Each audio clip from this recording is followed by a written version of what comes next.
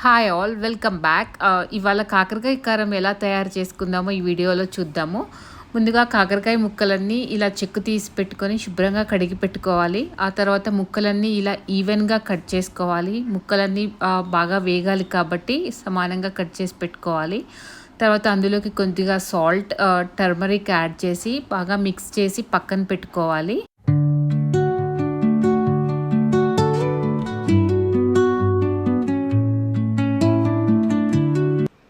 తర్వాత 2 ఆనియన్స్ తీసుకొని ఇలా సన్నగా ముక్కలుగా కట్ చేసుకొని పక్కకు పెట్టుకోవాలి.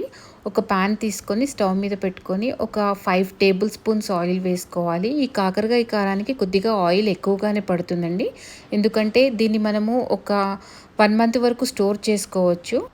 ఇప్పుడు కాకరకాయ ముక్కల్లోంచి బాగా రసం పిండుకొని ఈ ముక్కలన్నీ ఆయిల్లో వేసుకొని బాగా వేపుకోవాలి.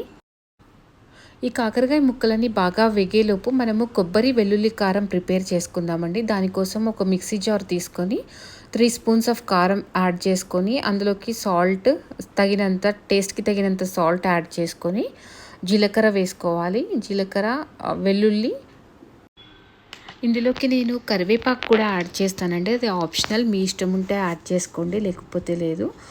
తర్వాత ఇందులోకి కొబ్బరి పొడి వేసుకోవాలండి. వేసుకొని ఇదంతా మిక్సీ పట్టుకోవాలి.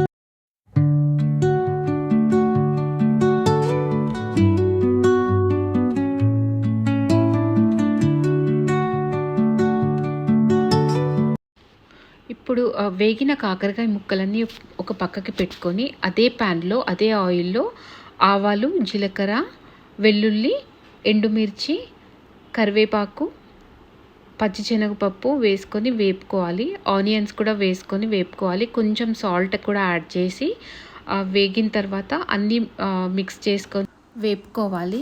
ఇదంతా కొంచెం టైం టేకింగ్ ప్రాసెస్ అండి, బట్ టేస్ట్ చాలా బాగుంటుంది. దేంట్లోకైనా సైడ్ కాంబినేషన్గా కూడా బాగుంటుంది.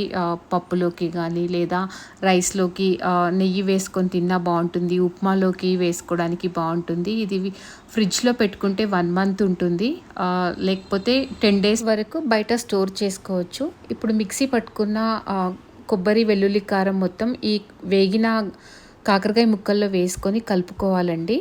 ఆ తర్వాత ఇది బెల్లం పౌడరు, మీరు షుగర్ అయినా వేసుకోవచ్చు. స్పైస్ లెవెల్స్ని కంప్రెస్ చేయడానికి మనము బెల్లం పౌడర్ కానీ షుగర్ కానీ కొంచెం ఒక 1 టీ స్పూన్ యాడ్ చేసుకోవచ్చు. తర్వాత ఈ కాకరకాయ కారం మొత్తాన్ని ఒక జార్లోకి తీసి పెట్టుకొని దీన్ని స్టోర్ చేసుకోవచ్చు అండి.